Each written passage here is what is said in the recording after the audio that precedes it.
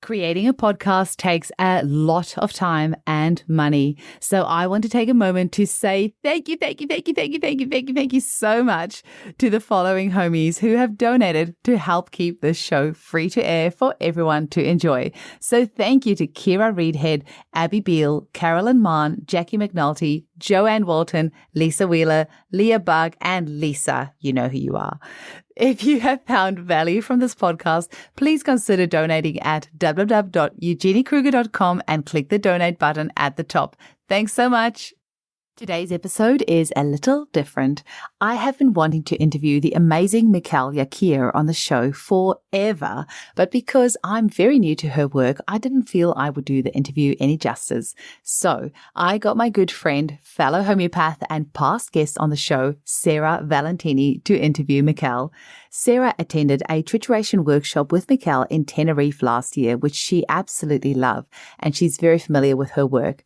My lovely editor Margie is editing and uploading this episode, so once this episode goes live, I am going to be listening to it for the very first time along with all of you, which I am so excited about. Sarah has told me that she'll be speaking in the interview about Michal's upcoming trituration workshop in Thailand from 25 to 29 November this year, which you can still apply for before 20 April, as the number of participants are limited. To apply, visit www.michal-yakir.de or check the link for the show notes. That's www.michal-yakir.de. Thanks for listening. Hi, everyone. Today I am speaking to the gorgeous Michal Yakir, who's from Israel, and we're going to be talking about triturations. We're going to be talking about plants. Michal is going to be talking about all of these things that she's completely specialized in. So Michal has a PhD and has taught in homeopathy in Israel and is an international speaker.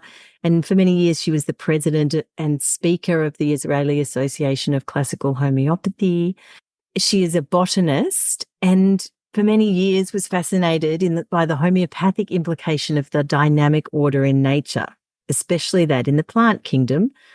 And from her many years of rich experience as a homeopath, as well as her knowledge and research as a former botanist and systems ecologist, she has developed her evolutionary universal approach as she continues to deepen, refine, and develop it. So Michal has written a book called, well, actually, calling it a book is actually kind of shortening actually what it is, because it is a huge tome on the flowering plants, and is working currently on the ancient non-flowering plants book. And my personal experience with these are books that I use in my practice. Oh, the first book is the book I use in practice every single day. And actually, I feel like the book, The Wondrous Order, actually helps to understand our patients more and see the plants in them more than any other system I've used with the plants personally. So I'd like to hand over to Michal as she can introduce herself a little bit more if I've missed anything. And today we're going to talk about the triturations and the relationship of the plant world to us. But Michal can share more about that. Welcome. Thank you. Thank you. Again, a pleasure. You know, when I was in Australia quite some years ago, I remember how awed I was by the ancient plants there, how they are just like mingling with the other plants, and from mosses to ferns and all those kauri and other ancient trees, which are just there, having those awful English name like English oak to a pine tree and things like that, which kind of raise my hackles because it is such wrongdoing for that. Because indeed, the ancient plants are incredible. And in the last 6 years, actually since the corona, I've been working with the ancient plants, and they reveal so much about health, about the evolution of people, where it gets stuck and where it needs healing, about the ancient healing that they bring and which is needed now in our time. And a lot of it was revealed via trituration. A lot of the talk I have with plants and with earth, because I'm very much interested in the talk of Mother Earth of Gaia, I would even say. And during the trituration, the plant talk.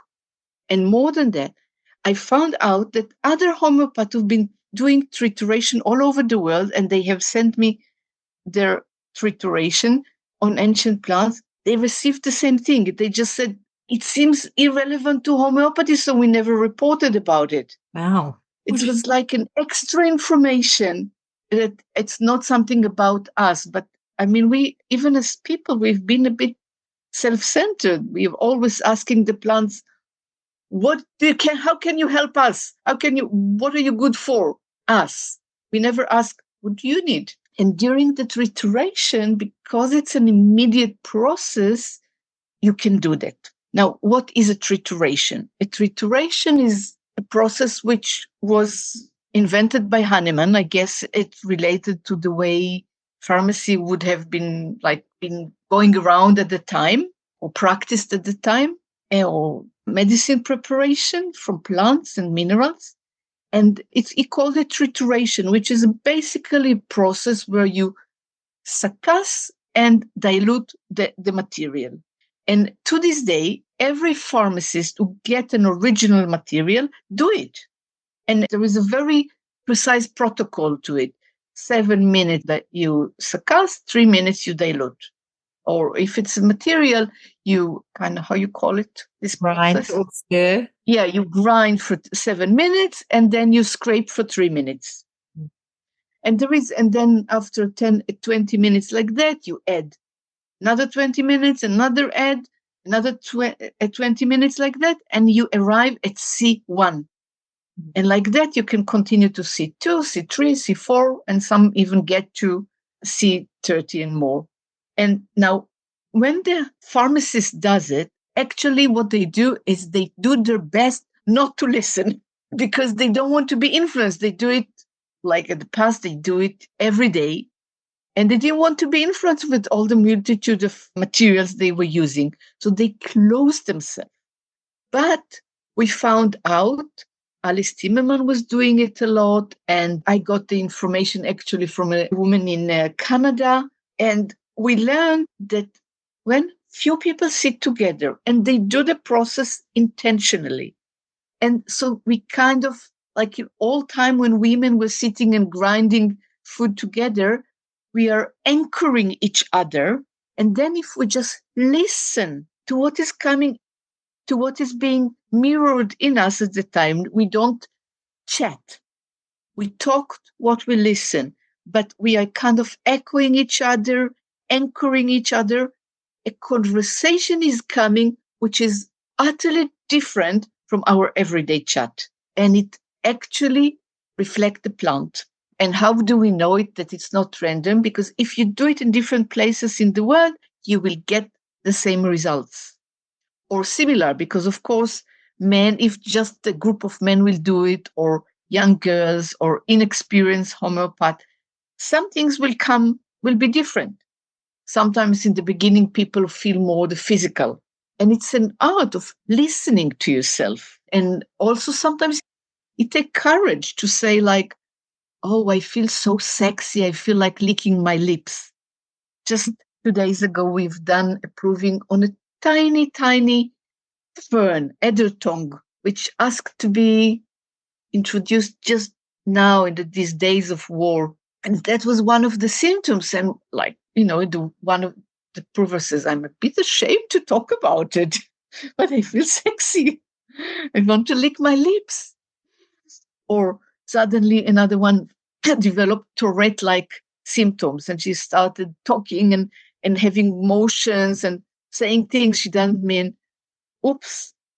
Now, the beauty about trituration is that the moment you finish it, and it could be 1 hour or 3 hours or 4 hours, you wash your hands, you put your intention to close it, and that's it. It's not a proving.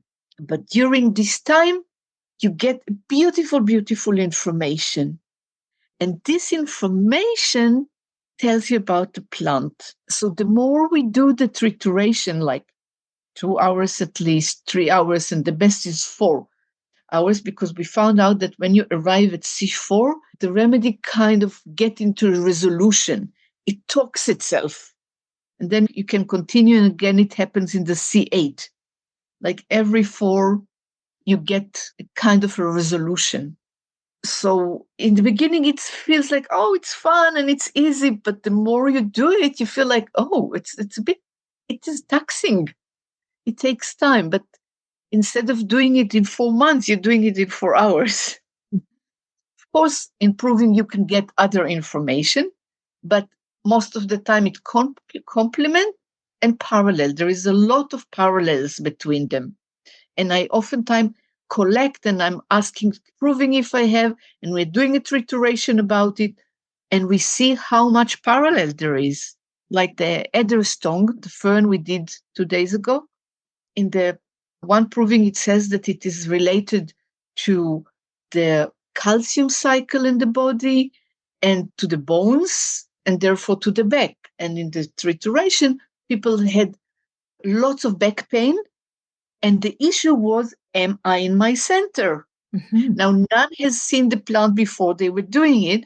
And both talked about, if you'd ever looked at how adder tongues is looking, it looks like a backbone, which is amazing. But they haven't seen it until we've finished. So it was amazing, the overlap and continuity of it, and how each one complement the other.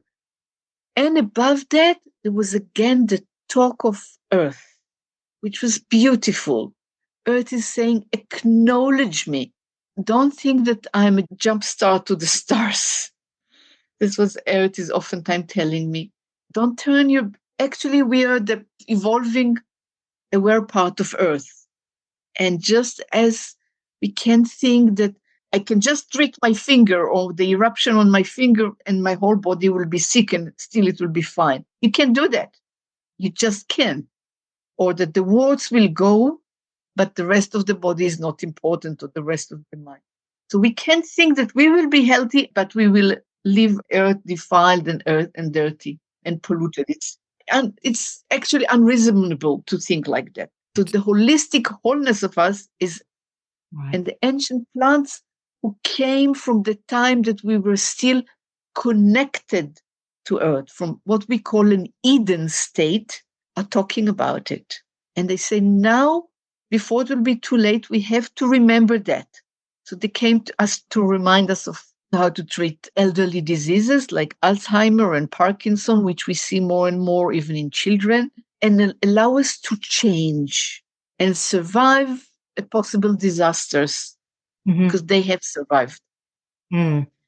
And in trituration, when we do a trituration for 5 days, I'm usually choosing a certain order, and we can see from day to day how every group is talking and what's the difference between flowering plants and non-flowering plants, and you can add your experience to that.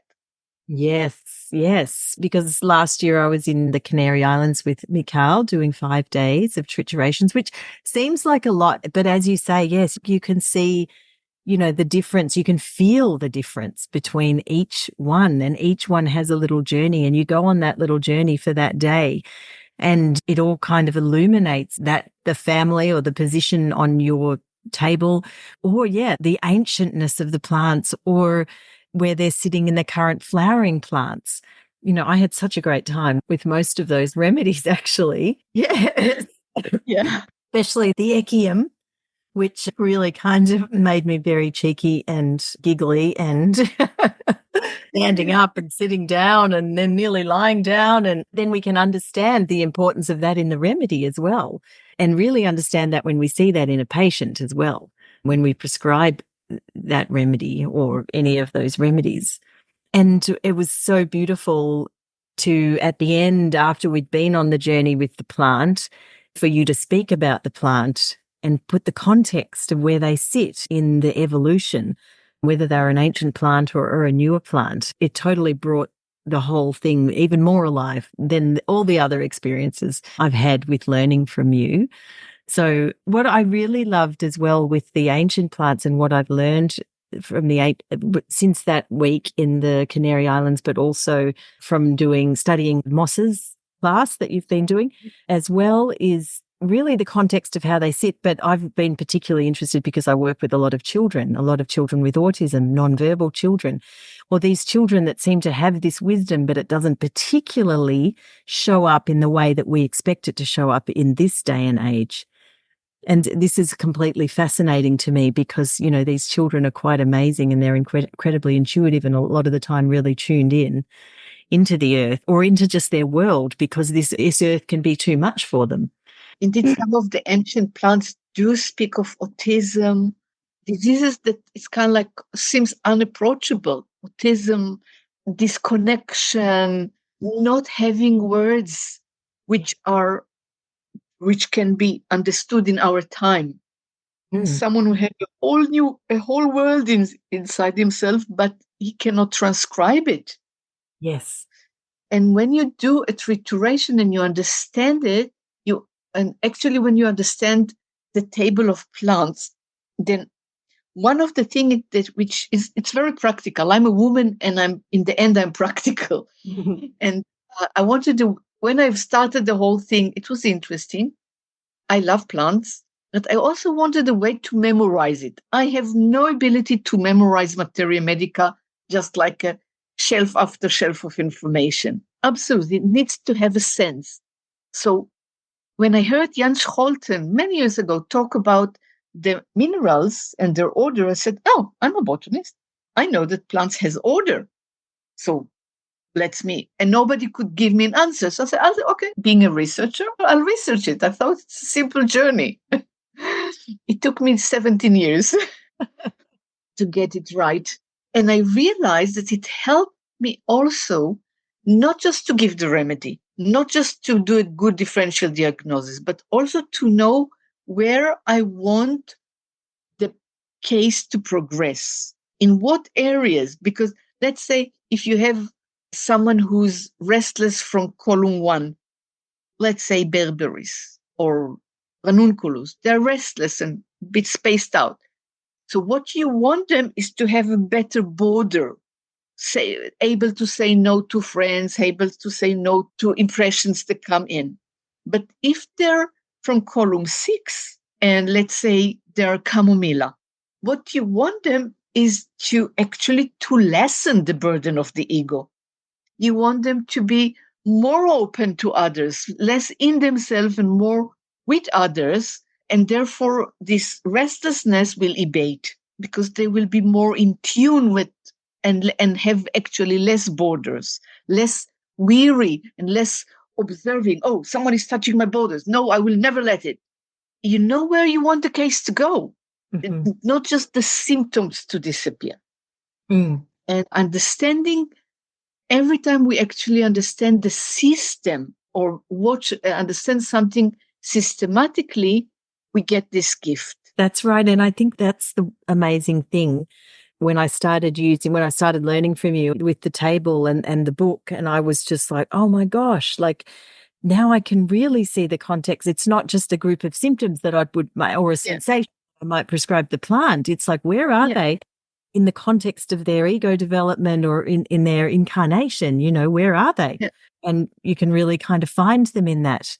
I just wanted to say as well, like when we were doing the trituration of Pinus canarius, that was the first day. It was really interesting because on that day, I think it was maybe C3, we all got to a point where we were all having a lot of trouble understanding each other. Communication, and we were all speaking in English. And yes, some people, English was their second language, but they were doing very well. But it got to this point in C3 where we were like, everyone was like, somebody would speak their symptom and then everyone would be like, what is she saying? Like we couldn't comprehend, we couldn't understand. So we're all in this state of with Pinus canarius, which sits in the ancient plant table, but where we're communicating, but it's not quite landing with the other people. No, but we can't quite understand each other. And that was so highlighted in that experience. Oh, like these are the people that might be trying to speak, but they feel like no one understands them. They're not heard, or maybe they're not listened to. And I mean, that's a small part of the remedy, of course. But you see, this is important. This dynamic, which happens in trituration, is important. And oftentimes it's not written. Because, okay, she speak and he speak and he speak, but actually what is happening in the group is part of the remedy. Yes. Like Yeah. when we did the trituration with this fern, everyone was identifying with the other. So if someone had a pain here, the other would start to scratch here. It was like very deep. If someone said, "I feel that," oh, I feel that, but it came that sometimes the other one started the motion before or as she was speaking, before she even understood it. It was a very deep identification, which might lead to lose of your center, of your backbone, Right. which makes the physical. But you could see that in a trituration, you could see it doesn't take years to get. You get a lot of information. Yeah, that's right. And I think when you do the trituration, I feel like the resonance of that plant, the energy of that plant, the message of that plant, like it really lands with you as a practitioner. You can really go, oh my gosh, like it's almost like, Pinus canarius, it's in the same family as Thuya, but even then looking at Thuya in that way beyond just what we read in the Materia Medica is like, oh, right, that it brings it all together. Yeah. Now you understand other remedies that you know. Yeah, they're really big ones. So it's an incredible experience, and especially to do it with you, because bringing each of the story, bringing the table in and bringing the order that you pulled it together, it really highlights then the column as well, or where it sits on the table. I really would love for you to speak about, because you've got the trituration seminar coming up in Thailand later this year. And obviously we're not going to talk about specific plants, but just generally about Thailand, about the botany there, about the plants. So actually, I don't fully know the botany of Thailand yet. Yes. I will when I'll go. Before I go there, I will really study it. But they have in Thailand, because as Thailand is half tropic, then we have plants which survive there, or which you won't find in other plants, but you will find there. And therefore, we will have for at least one venture into a nearby natural forest or botanical garden, and we will use those plants to triturate mostly. I think being in a real tropical area is a very nice experience, because it's like, again, where most of us came from. Life came from where it was easy, and tropical life are easy in certain way. So I believe we will get some answers or some solutions, some remedies that we can't have otherwise. And just as oranges, or which are eaten here in Israel, are not the same as those where you eat after they went through 2 months in a boat overseas. So seeing things where they grow and taking them from their natural surrounding, and especially in a place which has a different code of life from the West. And that's what I'm aiming at. Can we? Because sometimes we have patients which are different. And so being there would be like, indeed, and delving through the plants into the surrounding, I think will be a very incredible experience. And hopefully, a year after, we will do one in Australia. Yes. I really hope. Yes. And For the Daintree. yes. Actually, maybe you could talk about, because I remember I talked a bit with you when we were in the Canary Islands about the Daintree, but maybe you could talk about the Daintree. And I mean, I know, because it's like a microcosm, isn't it, that it's been preserved because of the way that the air moves and the mountains are and things like that. Yeah. So actually the Daintree is a nature reserve, because of the mountain which kind of protect it from the land and close it. And on the other hand, they have the sea, and there is actually biofeedback between the mountains, the sea, and this preserved and protected area. It kind of kept itself as almost as an organism over millions of years. This almost unchanging. But what was for me the most incredible was understanding how lives in this forest are entwined. How, for example, how mosses are important to the growth of others. Fungus are important to the trees because they decompose, and without them, the rain would kind of wash it all. How the sea is responsible for having fumes or ether coming back. There are, for example, certain plants, like there was this very, very itchy and irritating, it's not a nettle, it's kind of a climbing plant that if you touch it, you get itch for months. And it climbs on other trees. So you think, oh, it's bad. But no, actually, it protects them from munching animals because those animals will stay away from those trees. And there is a giant fig tree, which actually, when the bats eat the fig and they poop the seeds on, let's say, some trees, then the seeds, because it's wet enough, the seed will start to germinate. And let's say over 30 years, 40 years, it just send tiny thread-like roots, which will, over years, will eventually get to the ground. When they'll get to the ground, it will start to envelope and cover the tree. And this will take it another 300 years. So when the rangers showed it to me, I started immediately to pluck it. And he said, no, you don't understand. This is essential for the well-being of the tree, of the forest, because they kind of, when they grow, they cover the tree and they have those enormous roots. They don't suffocate it yet, but they anchor it. Now, the Daintree land is not deep. So having this anchoring root is essential because they said an unnatural forest that we like made and those fig trees are not there, then every 20, 30 years there is a typhoon and many trees fall down.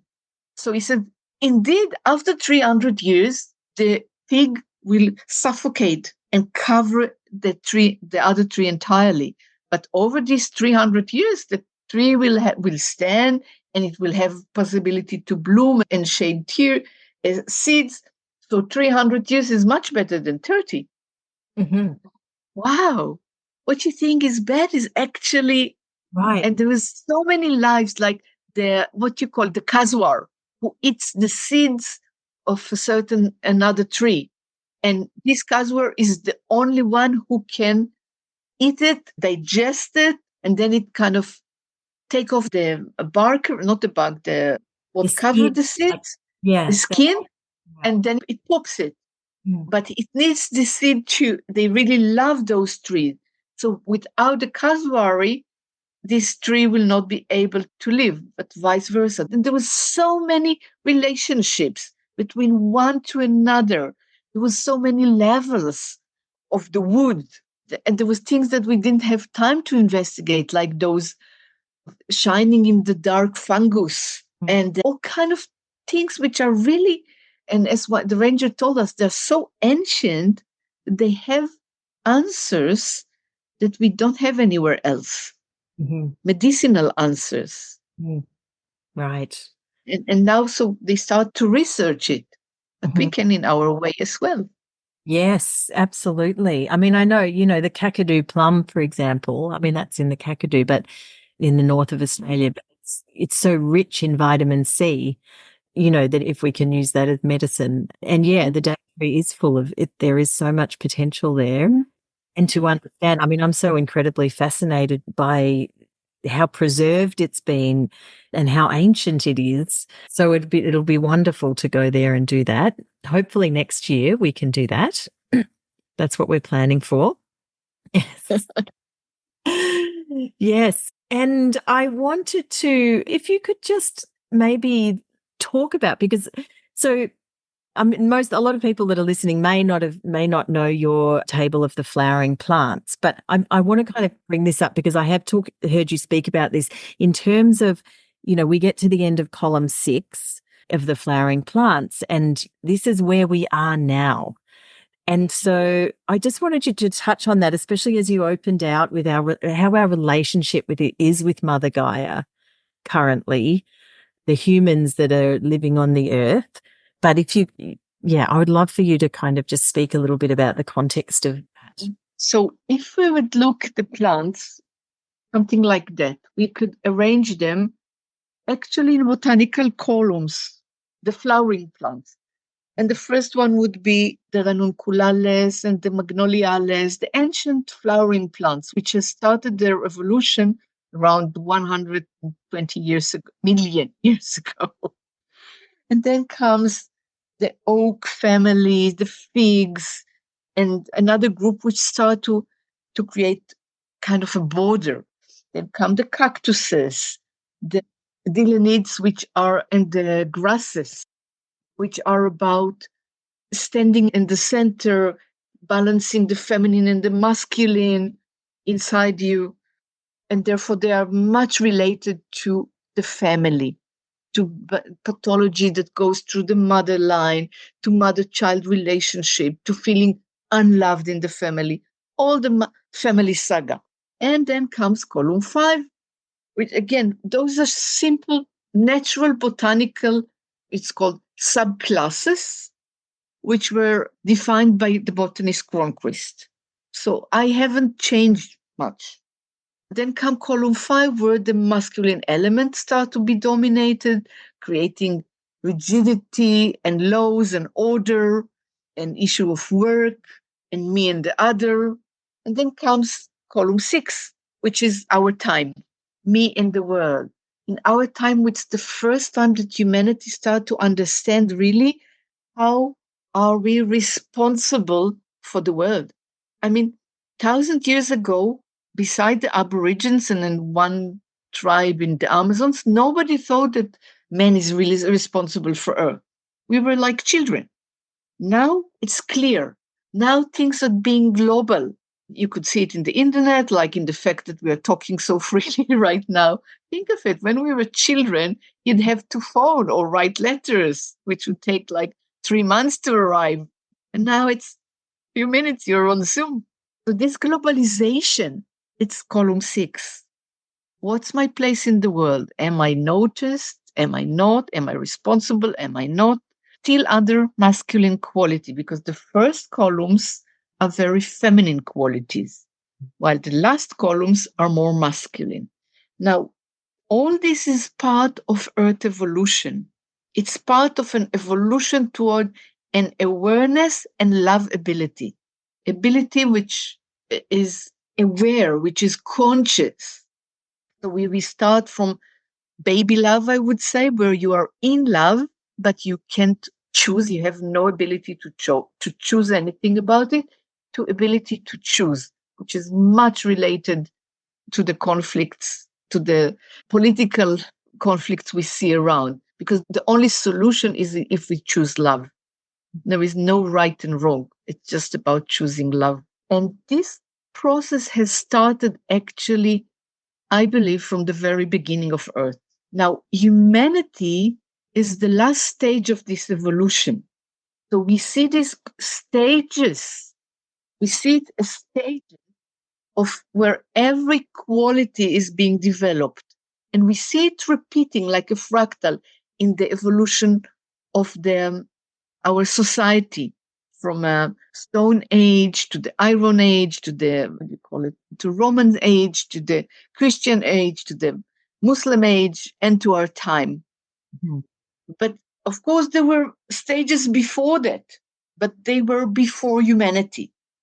So in them, Earth has just prepared. So we have stages there as well. And in a way, the flowering plants, this whole table, is actually the 7th stage of the ancient plants or of the land plants. And we are in the end of this 7th stage. So we're on the verge of the 7th part of the 7th stage. And this 7th part is in a way undecided yet, I believe, because it's like testing, would you be able to take us to a new place? Because that is what's required now. Right. Going for and it is a very difficult requirement, because so far, if I'm looking at evolution, then Moses, 100 million years of evolution. Big insect, 80 million years. Dinosaurs, 200 and something million years of evolution. Birds, another 100 million years. And we have 70,000, 200,000. That's all. Mm-hmm. And most of our evolution is in the last 12,000 years, actually. Mm-hmm. It is so fast. And we are so advanced on certain things, and we have actually given up a lot of things in order to get this fast. And again, the plants are telling us, here, regain this, take back what was yours to begin with, so that you could complete your mission. Mm-hmm. Mm-hmm. And Amazing. for me, that's the meaning of where we are going to. Yes. Okay. Yeah, I just wanted to kind of add to that, like, you know, in column 6 in the table that you can kind of see the environmentalists come out, like the people who might be environmentalists or feminists. They're really strongly there in that place. And we are a bit on the precipice of something else. Yeah. Especially in this new age and time. But the plants just tell such a beautiful and amazing story. Well, you've told the story of the plants so beautifully with the table and with understanding the evolution of how they've come to be. So I'm incredibly grateful for this conversation and actually for all of your work, Michal, because it's something when I speak about it, I'm so excited to share it because it fits into place. You know, it makes sense. It makes perfect sense. So we would love to encourage anyone who's interested in doing a trituration to attend in Thailand or in Australia next year, or just generally following Michal's work because she's always teaching. There's many, many opportunities, and we'll add about those opportunities in the bottom of in the show notes and with this lecture as well, with this conversation too. But thank you so much, Michal. Thank you. So grateful, and we will continue to learn from you ongoing. Thank you.